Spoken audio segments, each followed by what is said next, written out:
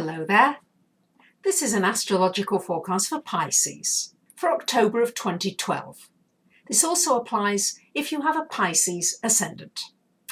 So my dear Pisceans, Saturn changes sign on the 5th of October and goes into your 9th house. This is going to be a wonderful time, Pisces, for any kind of higher learning, any kind of studying. For those of you thinking of going back to school, this will be a wonderful time for planning to do that. It's also a time when you could possibly be working abroad, or where you go on a trip that's a learning trip. You might go on a retreat. You might go on a spiritual retreat.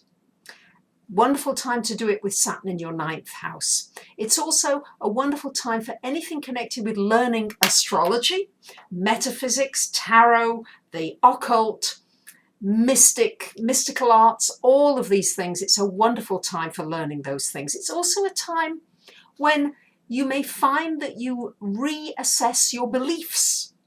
Maybe you're not getting enough of the things in your life that you want. Maybe you're not manifesting enough of those things. Well, with Saturn in this 9th house of your beliefs, it may be time for restructuring those beliefs so that you do get more of the things that you want, so that you do get more money, you do have a nice home and a good relationship.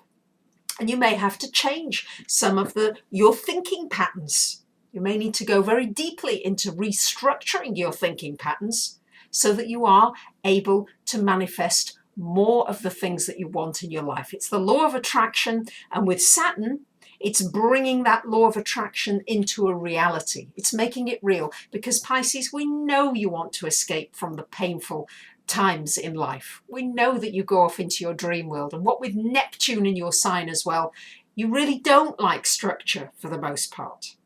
This Saturn is going to give you some structure for your beliefs so that you can have more of the things that you want in your life. So see this as a very positive way of learning, studying, and developing that sixth sense of yours that's very strong, that intuitive sense, but making it very real.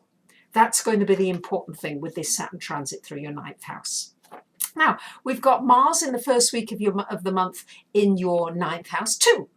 And that's going to mean it's a very good time for studying, for travel, for long distance travel, and good for learning.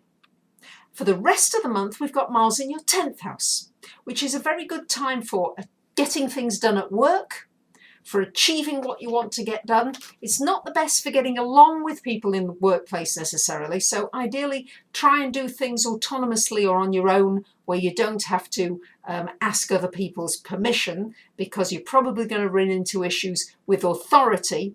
But it's a great time to progress towards your goals, towards that which you're really wanting to achieve at work, and getting a lot done. Mars will enable you to do that. Now, we've got Venus pretty much all month in your house of relationships. What could be better for your love relationships, your friends, your workers, your co-workers? It makes these relationships easy. It's like puts oil on the wheels. Everything goes easily. It's a peaceful time for your relationships. A new love could certainly come into your life. If you're already in a relationship, you'll feel more in tune with your partner.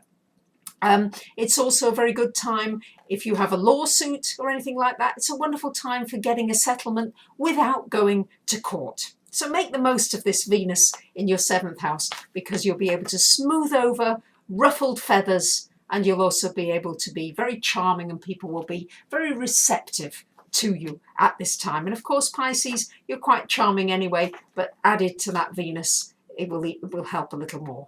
To the very end of the month, Venus moves into your 8th house, and this is a time where you may get some help financially from somebody else. Your partner may give you some money. You may get some money from an investor or a sponsor, but just some money or a nice gift coming to you from somebody else. Got Jupiter, of course, still in your 4th house, so many of you may be considering a move. You may be moving, and you may be going on a trip or traveling somewhere far. So we've still got the backdrop of Uranus square to Pluto from your 11th to your 2nd house. So not a time to take big risks with your finances. You may also find that a friendship may end suddenly, and it's connected with a financial connection. Something may just shift and all of a sudden something changes. And as well, there may be some turbulence connected with your finances. So make sure you've got everything in order. Make sure you've got a little bit of buffer funds, just in case things are erratic for a while, where you've got things coming in and then you have a lean time and then money starts to come in again. So there you have it, Pisces. I wish you a great month. Thank you to those of you who pass the videos on, for signing up for my free newsletter, coming for readings. I'm always delighted to hear from you. Have a great month. Bye for now.